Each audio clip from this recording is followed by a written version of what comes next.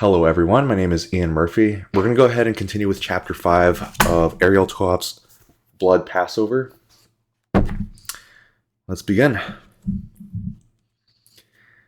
Alfonso de Espinina was confessor to King Henry IV of Castilla, and in 1460 was completing a treatise against the Jews, Muslims, and heretics, entitled Fortitudium Fidei. To reach his objective, he presented his readers with reports of the crimes committed by the Jews, to the detriment of Christians of which he had more or less directly become aware. Naturally, ritual child murders were the main course of his narration.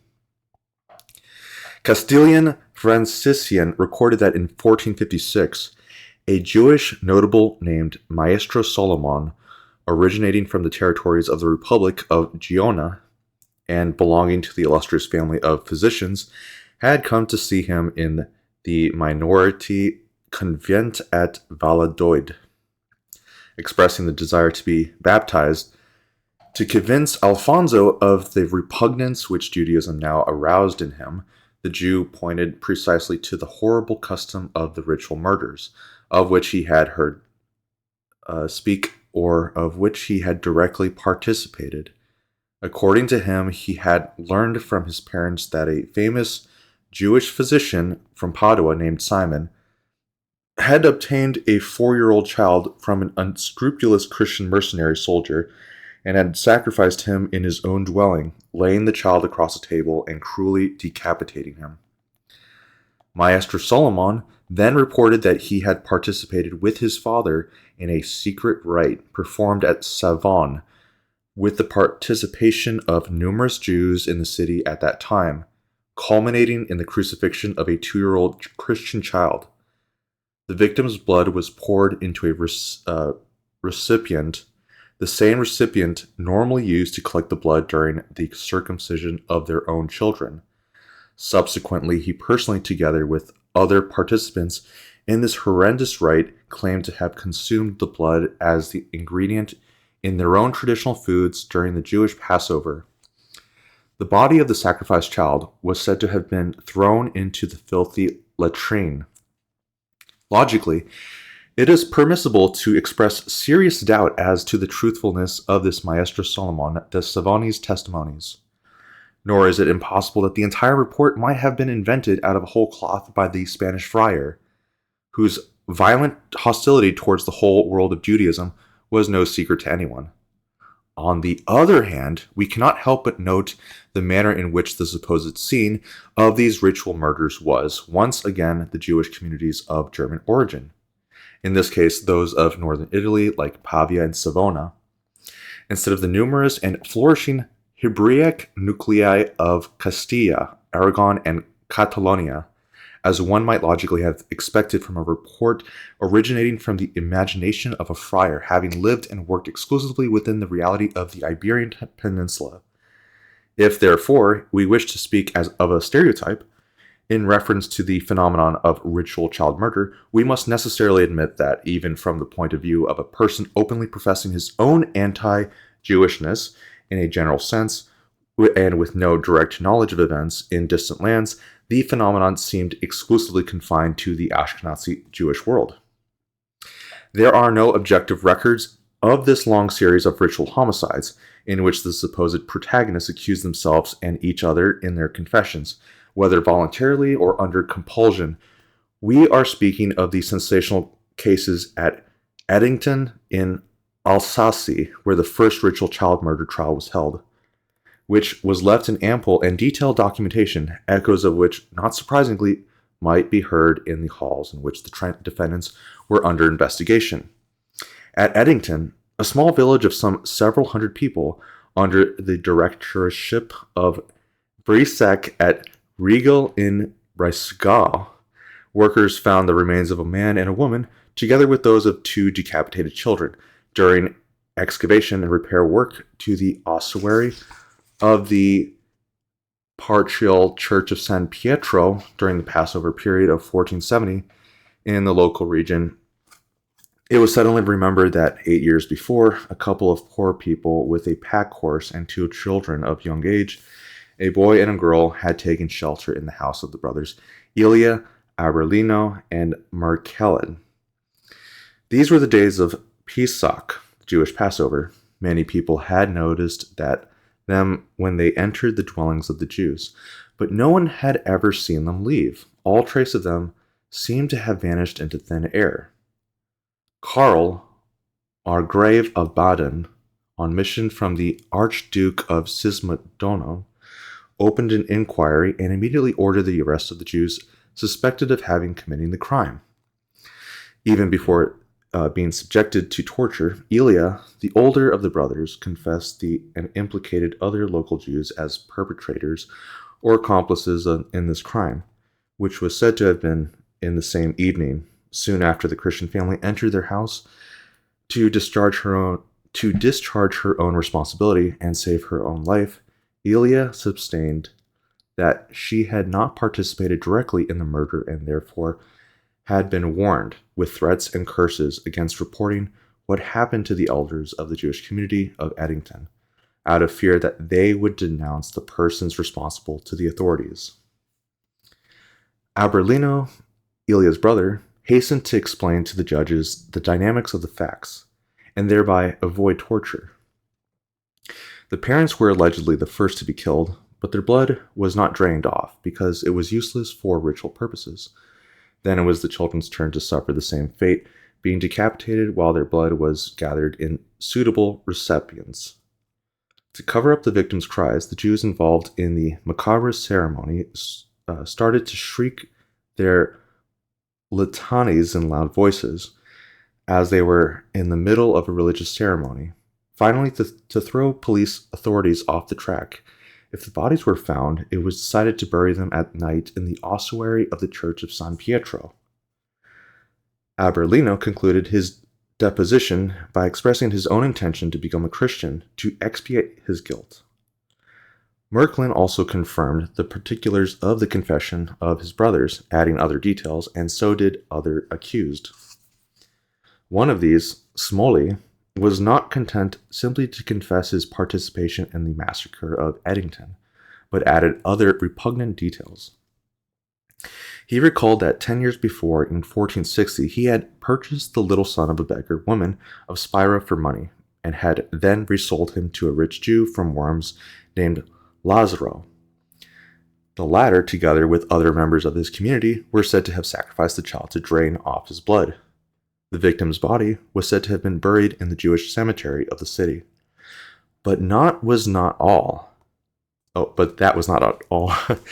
1465, Smoley was said to have kidnapped a 5-year-old shepherd boy at Wardy to take him to Nuremberg, where he is said to have sold him in exchange for a large sum of money.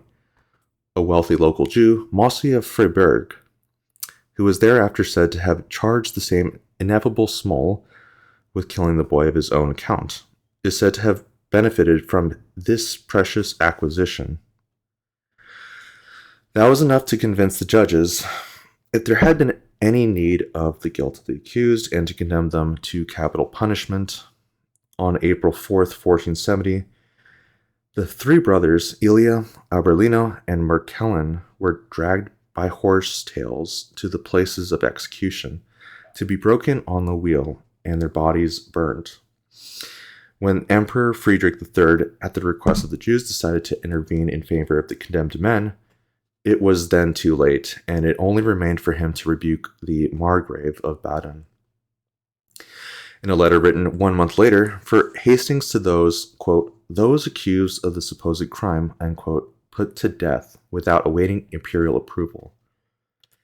In the meantime, there then opened the inevitable sequel to the Eddington trials concerning the recipients of the blood collected during the 2 child murders. From the depositions of the accused, it appeared that much esteemed fluid had been sold at very high prices to the richest and most influential German Jews, including Leon da I'm going to botch this name up, Forsheim, who had from 1463 enjoined the protection of Friedrich, Elector of the Palatinate. By order of Karl Baden, Leo was arrested in his lordly habitation at Pforzheim, together with 3 other Jews, his guests, who appeared involved in the child murders of Eddington, as well as in the affair of the blood. In this case as well, the persons under investigation, with Leo leading the way, hastened to confess, adding significant details relating to the religious ceremonies in which they had intended to use the blood procured by them. The judges saw no solution but to decree the penalty of death for the 4 Jews of Pforzheim as well. The accused at Trent were only dimly and indirectly aware of the recent events of Eddington and Pforzheim. Mossi de Ansbach, teacher to Maestro Tobias's children, reported to the judges that he had heard talk about a ritual murder committed by Jews a few days before in a city in Alsace, that some of the accused had been burnt at the stake while others had taken refuge in flight. On the same grounds, Lazzaro, servant to money lender Angelo de Verona, recalled how, while staying at his father's house at Servalli del Friuli, a stranger had told them of a ritual murder committed by a few Jews of Pforzheim against a Christian boy 3 years before. The guilty parties had been incarcerated, and so that God might save them from certain death and from the hands of the Christians. The Hebraic community of the German lands had announced a general fast, but the eccentric miniaturist Israel Wolfgang de Bradenburg was, as usual, the best informed of all.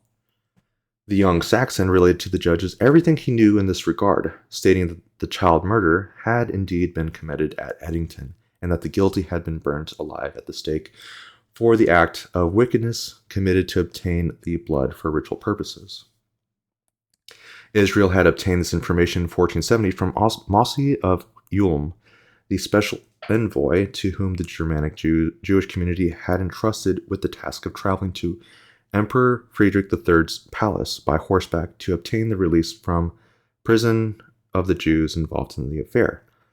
As we know, the imperial intervention failed because it was received too late, after the public executions had already occurred.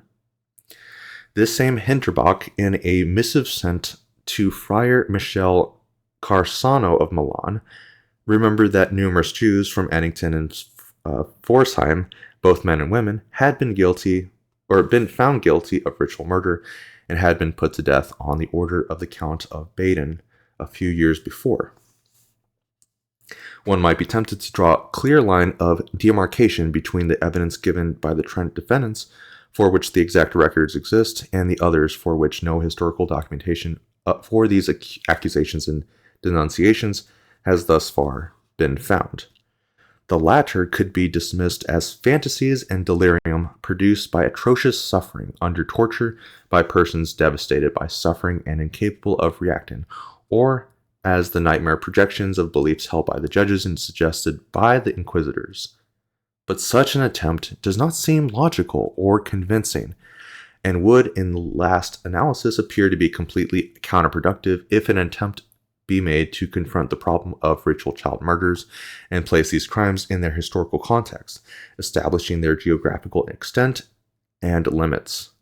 Thus, precisely those exact words which have come to light, at least where some of the testimonies are concerned, should teach us not to dismiss their reality out of hand, or without persuasive justification, even if they are in fact exaggerations or distortions of events for which the historical documentation has not yet been found. Moreover, at least one other case places us in the same dilemma. We find it difficult to dismiss detailed testimony confirmed by clear documentary fact. At the beginning of the trial, the Trent inquisitors decided to interrogate a convert, a, quote, Jew turned Christian, unquote. As such converts were then called, who in the days of Simon's tragic death was being held prisoner at Trent for another crime which had nothing to do with the ritual child murder, but as to the child murders which the Jews were accustomed to commit on Passover Eve, Giovanni de Feltri, that being the name of the convert, the son of Saccheto, a Jew from Landshut in Bavaria, seems to have much to tell. Around 1440, in Landshut to be exact, When he was a child and still a Jew, the recent convert had heard that the Jews of the local community, including his own father, had killed a Christian child to collect the child's blood for ritual purposes. The police authorities arrested 45 Jews as the result of a raid effected in their district, and later burnt them publicly at the stake. Other Jews, including Sochat, had taken refuge in flight, seeking shelter with their families in the Cisalpine regions of Italy. Both the child murder at Landshut and the subsequent massacre of the Jews are precisely confirmed by the extant contemporary historical documentation, so it is not easy to dismiss Giovanni del Feltri's familiar testimony, although it is considered automatically unreliable on all the particulars not confirmed by the historical documentation or in relation to which we lack sufficient means of verification. According to his own statement, Israel Wolfgang had directly participated in a spectacular, sensational, and equally horrible ritual child murder committed at Rassenburg in 1467. In the second half of the 15th century, that which was considered the commercial port of the Holy Roman Empire towards southeastern Europe, located on the banks of the Danube, was the home of a flourishing Jewish community of over 500 people. And the young Saxon, according to his own detailed deposition before the Trent judges, had been at Rassenburg that year, during the feast days of the Jewish Passover. Wolfgang's report was lucid and precise down to the smallest particulars. In those days, Rabbi Jossel de Kelheim had taken advantage of an opportunity and had purchased a Christian child from a beggar for the price of 10 ducats. He took the child to his house in the Jewish quarter, where he concealed him for 2 days, in anticipation of the solemn event of the Pesach, the feast of the unleavened bread, when the annual celebrations begin in remembrance of the miraculous escape of the people of Israel from captivity in Egypt would begin. In the early morning of the first day of the holiday period, Rabbi Jossel very carefully transferred the boy into the narrow confines of the, quote, stibel, or parlor, of Sire Strasbinger, the small and rustic synagogue located a short distance from his house, where he was accustomed to preside over the collective rites of the community and its daily and festive liturgical meetings. Awaiting him were at least 25 Jews, previously informed of the extraordinary event. Israel Wolfgang was one of them, and he remembered the exact names of all the participants in the rite, both those from Regensburg and those from other regions. The transfer of the child from Rabbi Jossel's house to the synagogue, although performed at night, involved some danger, since it might have been noticed by prying eyes. But in view of the fact that the district was inhabited by Jews who locked their doors every night, with the keys entrusted to them by the city authorities, the margin of safety was considered sufficiently broad. The boy was undressed in the stibel and placed on a chest containing the sacred parchments of the synagogue, and was then crucified, circumcised, and finally suffocated over the course of a horrifying collective ritual, following a script accurately planned and perfectly well known by all the participants, by Jessel, the rabbi, by Meir Baumann, the Mohel, by Sayer Strasbinger, the owner of the chapel, by Samuel Fleischhacker, one of the Wolfgang's friends, by Meir Heller, by the above-mentioned Jew referenced to as, quote, bonus pure, unquote, by Joshua the cantor, and by Isacco the water-bearer. Wolfgang himself had taken an active part in the crucifixion of the child, while the blood was collected in a bowl to be distributed among the Jews participating in the rite or sent to the rich of the community. The day after, rumor of the ritual infanticide spread in the district, and many people rushed to Sayer's stibel to see the body of the sacrificed boy, which was placed quite visibly inside the chest. The evening after, at the beginning of the ceremonies of the second day of Pesach, in the central room of the small synagogue, in the confined space of which about 30 of the faithful now crammed themselves, excited and curious, while the little victim was publicly exhibited, and the grisly ritual, which had now become merely commemorative, began afresh. Finally, The child's body was buried in the courtyard of the chapel, in a remote corner surrounded by a wall. Access through a small door, which was usually kept locked. Israel Wolfgang's report was too precise in the particulars and accurate in its descriptions to avoid awakening the interest of inquisitors in places other than Trent. His report contained exact names, dates, places, and facts, requiring cogent verification. Perhaps the closest and most significant precedent to Simono's martyrdom at Trent was to be sought at Regensburg, in the spectacular story of an unknown synagogue ceremony according to ritual standards following a pre-established order with a mysterious symbolism. The first night of Pesach at Regensburg in 1467, in Sayer's Stibel, from which the noisy flow of the waters of the Danube was quite audible, might provide a clue to the mystery of what really happened 8 years later, during the Pesach period of 1475, at Samuel de Nuremberg's house, in the small synagogue of the Jews of Trent, located along a small, murky canal used by tanners in the German-speaking district. Perhaps they were only fantasies, fearful fables, nourished by ancestral suspicions, settled stereotypes crystallized from years back. But the authorities had to be certain that the tale had no basis in truth. 1 second. My lips are parched.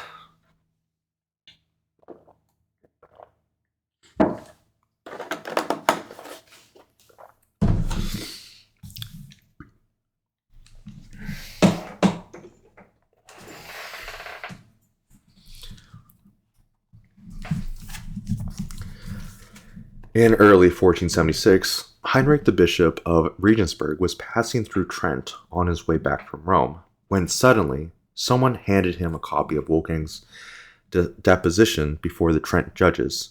Notwithstanding circumstances of this kind, it would hardly have been unprecedented in the 15th century panorama of the city on the Danube for the Jews of Regensburg to be accused of a good 4 cases of desecration of the host and ritual murder in barely 6 years. From 1470 to 1476, 23, the good prelate was forcefully impressed and justifiably scandalized when he read the document.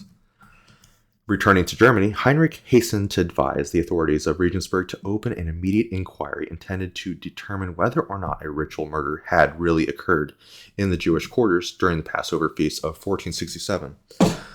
At the end of March of that year, the authorities of Regensburg proceeded with the arrest of Rabbi Jossel de Kelheim and another 5 influential leaders of the Jewish communities, including Sayer Strasbinger, the owner of the Stibel, and Samuel Fleischacker, Wolfgang's friend. A few days after, 17 Jews, all accused of participation or complicity in the ritual child murder, were placed in irons. The interrogations were carried out under torture, and at least 6 of the accused issued a complete confession, mentioning the names of other persons involved in the wickedness. Rabbi Jossel was the first to admit to the judges that he had purchased the child from a beggar woman at Reisenberg 8 years before, and had brought it to the synagogue as a sacrifice during the days of the Jewish Passover. He then withdrew his confession, accusing his inquisitors of extorting it through indescribable torture. Before him, Samuel Fleischacker had also confessed that the Jews had made use of children's blood, mixing it into the dough of the unleavened bread. The admissions obtained from the accused by force appeared overly general and insufficiently detailed to be convincing. The confessions were deemed insufficient as the factual basis for a ritual murder trial. Thus, on April 15, 1476, Friedrich III personally ordered the city council of Regensburg to free the prisoners immediately and hand them over to the imperial authorities. But 1 week later, a dramatic sensation occurred. A few workers engaged in repairs on Rabbi Jossel's dwelling found a skeleton while excavating and cleaning up the cellars. The skeleton, examined by a commission of physicians and surgeons in the presence of the bishop and other civil authorities, proved that to be that of a child, presumably aged between 3 and 6 years. The Jews replied to the accusations by claiming that the bones had been deliberately planted in the rabbi's cellar by those interested in condemnation. Notwithstanding the discovery of the new evidence, Friedrich did nothing and continued unperturbedly to demand the release of the incarcerated Jews, despite the claim of Bishop Heinrich, who sustained the validity and plausibility of the defendant's confessions to the crime. Ludwig, Duke of Regensburg, petitioned the emperor not to interfere in the internal affairs of the city. On May 8, 1478, 2 years after they began, the trials might be said to have concluded with the absolutions of the Jews, imposed by the inflexible imperial will. But the defendant's release was not obtained cheaply.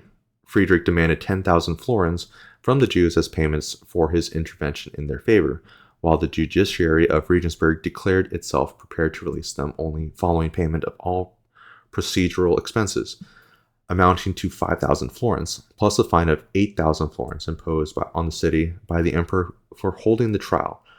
In a plenary meeting announced by the rabbis of the German lands at Nuremberg, presumably in early 1478, an obligatory collection of funds began among the Jewish communities of Germany, accompanied by the creation of suitable committees responsible for coordinating the efforts made to save prisoners.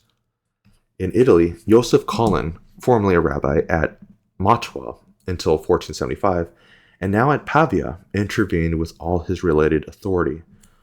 Collin is said to have died at Pavia a few years later, in 1480, after recommending that the appeal of the spiritual heads of German Judaism receive a rapid, positive, and generous response. From the very outset, the affair of the Jews of Regensburg made a profound impression on the Jews of the Ashkenazi communities of northern Italy. In a letter written in Hebrew dated May 11, 1476, the daughter and son-in-law of Crisino da Novia, one of the richest and most influential Ashkenazi bankers of the Duchy of Milan, both wrote to him, probably from Brescia, making explicit reference to the, quote, sensational affair in which, as a result of our sins, members of the holy community of Regensburg have been arrested and confined to prison, where God, the pitiful and merciful, caused them to exit the darkness and enter the intense light. End quote. In another missive written in Yiddish by the same Ashkenazi Jews, the son-in-law again complained of the sad fate of the Jews of Regensburg, victims of the blood accusation. Quote, alas, we have heard sad news caused by our innumerable sins, originating from Regensburg. They have arrested all the Jews of the city and slandered them, turning against them the blood accusations of Trent. That God should have pity and not cause us to hear lying accusations of this type anywhere. We wish him to render us assistance with his love. Amen. End quote. Another message, also in Yiddish, sent by the young Gilin to his father, the same Crisino of Novara, mentioned above, dated mid-May 1476, once again made explicit reference to the facts of Regensburg. Quote, the sad news reached me from Pavia. May God be merciful and help his people and the Jews of Regensburg who have suffered for our sins, for this infamous slander. Ever since I heard this bad news, I have been unable to sleep. How much you must suffer for certain... May God give you strength and health. That is how I wish your daughter, Gelen, unhappy for having heard this unhappy news. End quote. The courier of this letter was Paolo of Novara, the shady priest who, according to him, had been paid by the Jews of the Dukedom of Milan to poison the Bishop of Trent. The Jews alluded to him, calling him Gaelic and cleric, the man with the tonsure. Another 2 years went by before the Jews of the Ashkenazi communities on both sides of the Alps succeeded in scraping together the huge sums required to liberate the prisoners at Regensburg. But the 17 defendants still incarcerated were finally removed from their shackles on September 4th, 1480, 4.5 years after their arrest. Thus concluded a matter which perhaps began at Regensburg, rebounded to Trent, and new returned to Regensburg, leaving many unanswered questions and unresolved doubts, which the payment of another 20,000 florins in gold by the German-speaking Jewish community was certainly insufficient to dissipate.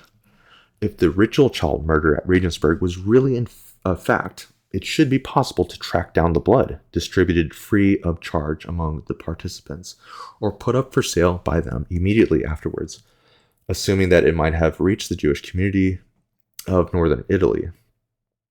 The interrogation of the accused, more or less based on leading questions as to this point, seemed to vindicate the accusations.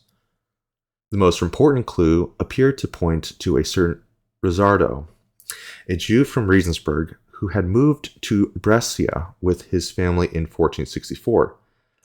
The latter, with their two brothers Anselino and Jacob, were engaged in lending money at interest through a bank they owned at Bavardo, deriving a large proportion of their clientele from the city of Brescia, where Rizzardo lived. Rizzardo of Regensburg had top connections and enjoyed protection as a member of the influential entourage of Bartolomeo Caglione, captain of the Serenissima. In Angelo de Verona's house, Rizzardo was often mentioned, partly because Lazzaro, who rendered services for the banker, was his nephew, and did not hesitate to spend his holidays and vacations in his uncle's company. On one of these occasions, a few years before, when Lazzaro found himself at Brescia to be cured of an illness of the eyes, Rizzardo confessed to him that he had brought a certain quantity of blood originating from the Regensburg child murder. In addition, the Brescian Jew allegedly made use of it during the Jewish Passover period, administering it to his wife, Osella, his sons Josel and Mesla, and his servants, Jacobo de Germania. Angelo de Verona also knew that Rizzardo trafficked in his blood of Regensburg, among other things, and had sent a letter to his brother Anselino at Gavarda, promising him to supply him with some of the blood. Isacco, Angelo's cook, confirmed that he had often heard the patrons of the house and the young servant, Lazzaro, mention Rizzardo as the person who had received the precious blood of the infant boy sacrificed at Regensburg. But once again, it was the ineffable Israel Wolfgang to cast light on the entire affair. In the summer of 1474, he had been sent to Brescia as Rizzardo's guest, who had commissioned him with the execution of the miniaturas for a precious Hebraic code owned by Rizzardo. On one occasion, Rizzardo bragged to the young painter that he, Rizzardo, had come into possession of the blood of the child killed at Regensburg. He had been given it by his stepfather, precisely the same Rabbi Josel, who had been one of the principal defendants in this sensational child murder. It was at this point that the young Wolfgang's vainglorious nature exploded in all its variegated intensity. Perhaps Rizzardo was unaware that he, Israel Wolfgang, had personally participated in the child murder in Sayer's stable at Regensburg. The Brescian Jew, even if he had been unwilling to believe it, now had to listen to Wolfgang's babbling out the whole story down to the slightest detail, and congratulate himself upon receiving one of the lucky and fearless perpetrators in his own house. Confidence by confidence, Rizzardo, too, not to be outdone, reported that he had participated in a ritual homicide organized at Padua in the German synagogue together with the other Jews of the city and the district 4 or 5 years before. Since the plague was raging at Brescia, Israel Wolfgang was compelled to cut short his stay at Rizzardo's house and move to nearby Gavardo as Ansello's guest, with whom Angelo de Verona had been long in contact during his stay at Brescia, to earn some pocket money. He agreed to bind a breviary owned by the archpriest. In the 6 months spent in Padua, Wolfgang found further confirmation of Padua child murder, the murder in which Rizzardo had participated. He was informed of this by Anselino, who had allegedly obtained the same blood, marketed in Brescia region by a certain Liebman of Castelfranco de Treviso. This was too much, even for the inquisitors of Trent, no matter how eager they might have been for confirmation, real or imagined, or their suspicions. The eccentric painter from Braunsberg seemed to be teasing his inquisitors, churning out a continual stream of stories, new at all times, picturesque and astonishing, largely invented or exaggerated, calculated to make an impression on an audience whom he imagined to be highly naive. Instruments of torture may have been, and were used on the other defendants to loosen their tongues. In the case of the Willy Wolfgang, perhaps they might have been more used in damming up the torrent of incredible revelations which he seemed unable to control. Hurt to be quick and stung in his vanity, the young painter completely flew off the handle, raised his voice, and shouted defiantly at anyone who would listen, quote, "By God, I have reported what Rizzardo told me, word for word, and thus I will repeat it, before any lord or prince. Just take me to the place of execution, and decapitate me, or kill me in any other way, but I will not speak otherwise than I have done." End quote. Rizzardo, the Brescian resident from Regensburg, Lazzaro's uncle, servant of Angelo of Verona, had been telling the truth, or at least his truth, the truth that Wolfgang claimed to have learned during the hot days of the preceding summer while the plague raged at Brescia. For his part, Rizzardo de Brescia had a no less famous namesake. The Jew Rizzardo of Mosbach was a swindler and good for nothing, arrested for theft at Regensburg in 1475. To his inquisitors, the latter Rizzardo confessed that he had been baptized several times to obtain money and other benefits from ingenious Christians to whom he turned, both city people and peasants. But even the Jews, according to him, had proven the gullible victims of his tricks. The Jews Krautheim, Bamberg, and Regensburg had purchased fake hosts, which he claimed to have purloined from various churches in the area to be tortured by the Jews during their anti-Christian rites. Rizzardo Reichard, who lived alternatively as a Jew and alternatively as a Christian, was married to 3 women simultaneously, each one of them unaware of the existence of the others.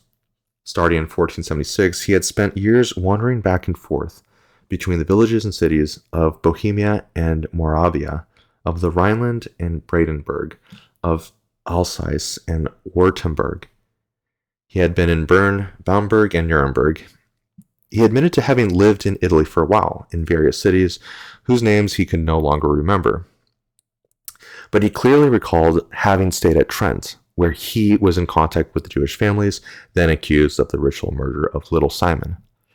If, as we have seen, one clue seemed to point to Rizzardo and the city of Brescia, a second clue pointed back to Regensburg, leading the authorities to a certain Hoberle, who earned his living selling powdered blood, wandering from one locality to another in the German-speaking lands in search of clients. According to Wolfgang, Hoberle had not participated in the ritual homicide in the stable at Regensburg, but certain persons had later proceeded to supply Hoberle with the blood that which he needed. Mosse de Bamberg, the traveler who happened to be at Trent the night before Simon's killing, knew Hoberle personally and had followed his movements. He, Mosse de Bamberg, also recalled Hoberle's features perfectly. He might have been about 60 years old, low in stature, bald, with a white beard. He had an ugly stain on the skin of his head, as if he had had leprosy. For this reason, he wore a type of cloth cap beneath his beret. He usually wore a long, loose gray overcoat. Before the judges at Trent, Mosse de Bamberg stated that he had met Hoberle for the first time in 1471 in the imperial city of Ulm. A few weeks later, he had seen him again at Padua, in the house of the Jews, and later at Piacenza, where he had stayed at the guest of Abramo, active in the city as money lender.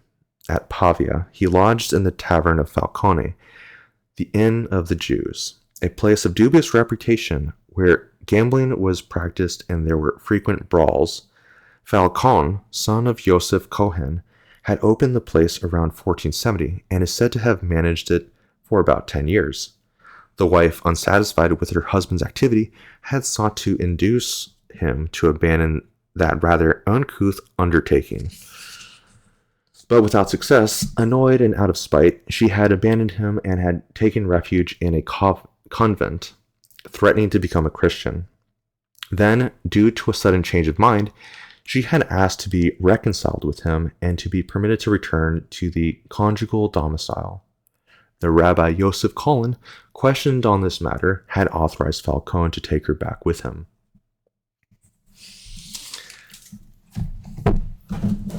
We're almost done here.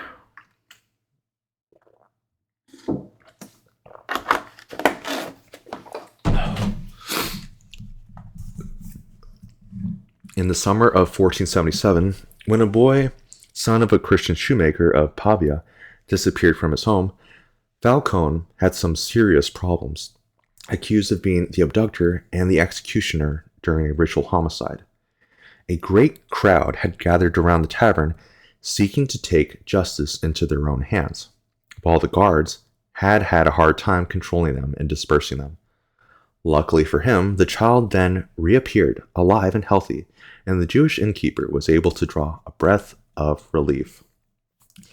Mossy de Bamberg knew that the merchant Hoberle, visiting the cities of the Veneto and Lombardy, wherever there were Jews, had sold a certain quantity of blood to Mano de Pavia, the richest Jewish banker in the dominions of Sforza. As we have already seen, the same Mano is said to have been accused, together with other important exponents of the Jewish community of the Duchy of Milan, of hiring the priests of Paola of the Trent to poison the Prince Bishop of Trent in 1476, for condemning to death and executing the presumed murderers of the Saint Simon. According to Mossy de Bamberg's deposition, Mano de Pavia in turn sold part of the blood obtained from Hoberle for money to the family of Mario, a moneylender at Tortona. The blood is then supposed to have been used during the Passover celebration.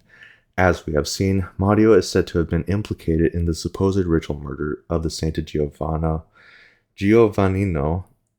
de Volpido in 1482, but to his good fortune is said to have been acquitted. Mossy of Bamberg, according to his own statement, had for almost a year been in the service of Leon, Mario's son, and his sister, Sarah, who lived in the nearby castle of Serravalle with her son. Mossy and with them had consumed the same powdered blood obtained at Regensburg, dissolved in wine during the Passover dinner of 1472. According to Leon, it was said that during his sumptuous marriage to Sarah, held in February of 1470 at Tortona, attended by over 100 guests from the Ashkenazi communities of northern Italy, some local nobles, displeased at their exclusion from those princely festivities, had perhaps with excessive enthusiasm attempted to force open the host's door. Unluckily for them, they were ill received by the Jews who, with weapons in their hands, threw them out of the palace, pursuing them as far as the piazza. A case of ill breeding and poor hospitality which cried out for vengeance. Obviously, Mario da Tortona's version of the facts and that of the guests differed radically. Taking advantage of the nuptial celebrations, general noise, and confusion, the nobles of Tortona reportedly attempted rather clumsily, if not downright stupidly, to break into the premises of the local bank for the purpose of stealing money, collateral, and other valuables, but were said to have been ingloriously routed.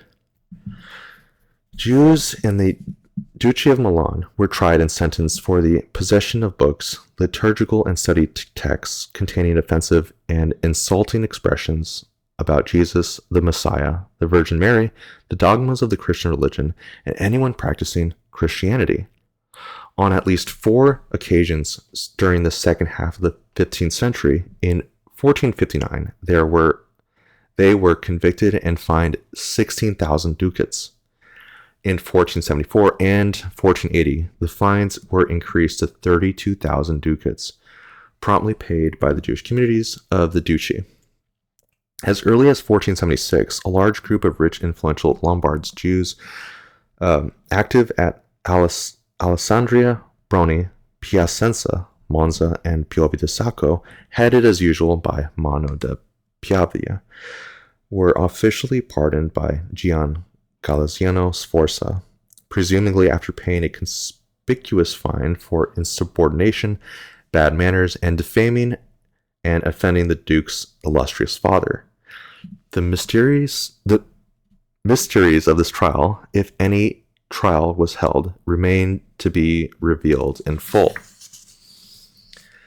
At any rate, an undoubted echo of these events may be found in the predication of the Minorite friar Antonio da Cremona at Chivasso in December of 1471, in which the pious friar invoked the expulsions of the, quote, perfidious and wicked Jewish race, unquote, guilty of continuous blasphemy against the holy faith in Christ in their books and prayers.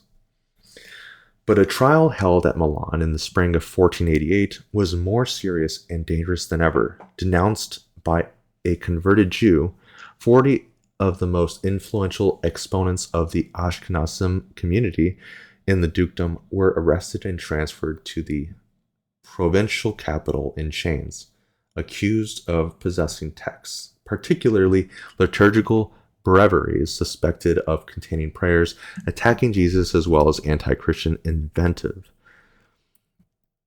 The trial began on March 16th in the presence of a commission of inquisitors, deputized by Ludovico the Moor, made up of Franciscan and Dominican friars, in addition to ducal officials, and presided over by the vicar of the Curia of the Archbishop of Milan.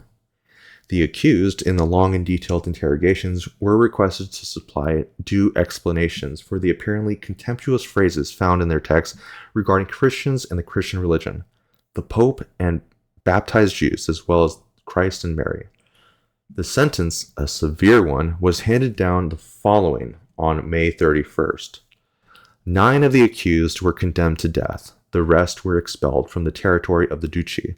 All property owned by all the accused was declared confiscated. Luckily for them, the Jews succeeded in commuting the cruel sentence into a heavy fine of 19,000 ducats, to be paid by January of 1490. When the due date rolled around, the full sum was not yet been collected, and only part of the sum had found its way to the coffers of the Sforza. A few months later, the disillusioned Ludovico the Moor ordered a public bonfire of the seized books. Mendel Oldendorf, a young German Jew and son of a bankrupt merchant, a certain Herz, also known as a Golden, perhaps in remembrance of when he had been rich, no doubt possessed a lively and versatile wit. In addition to an unusual degree of Hebraic culture, he was known for holding brilliant homilies in the synagogue and functioned as a ritual butcher. He was an able writer in the Yiddish language and was a respected copier of Hebraic codes. In 1474, he traveled from Regensburg to Venice, where he stayed until at least 1483, when he was present at the famous bonfire at the Ducal Palace. In his autobiography, the young Oldendorf described the manner in which he had been informed by trustworthy persons of bonfires, of Jewish texts of Milan, and other places in the Duchy of Milan in 1490, regarding that the burnt manuscripts, including some of which he had copied personally. Quote, I learned from one of the wise men of Israel, that in the year 5248, or 1488, Lord Ludovico the Moor ordering the burnt of a great number of Jewish books at Milan, the capital city, as well as in other localities in his territories. I, personally, a copier of codes, saw some of my own texts among the books consigned to the flames. Blessed be God who enabled me to witness the revenge of God's law against the same nobleman, Ludovico the Moor, who had been captured and taken into France, where he died, ... Menachem Oldendorf the German, and then 1514, unquote. One of the most important defendants of the Milan trial of 1488 was, and this is not surprising, Jacob, son of Mono of Pavia, who had died in the meantime. Before the inquisitors, Jacob was requested, among other things, to deny the rumor that the Jews were accustomed to, quote, making images in the form of Jesus Christ and the Virgin Mary, and then throwing them in the fire, trampling them underfoot, or covering them with excrement, unquote. The accusation was not a new one. During Passover in 1493, Jove and the other Jews living at Savigliano in Piedmont were condemned to the payment of a fine of 5,500 gold ducats for a serious act of wickedness. These Jews needed the unleavened bread, or massot, according to their rite, and an outrage to the glorious crucifix, ... and prepared 4 images of dough in the form of our Lord Jesus Christ, in mockery of God and the Catholic faith. Then burnt these dough dolls in the oven, unquote. At a distance of only a few years from the Trent trials, it is not surprising that the judges should turn to one of the inquisitors, Lazzaro de San Colombano, to ask whether or not the Jews were actually accustomed to abduct Christians for the purpose of committing reprehensible acts against them in contempt for the Christian faith. That's the end of chapter 5. As usual, we will skip the notes, and I will see you all chapter 6 in the next video. Thank you.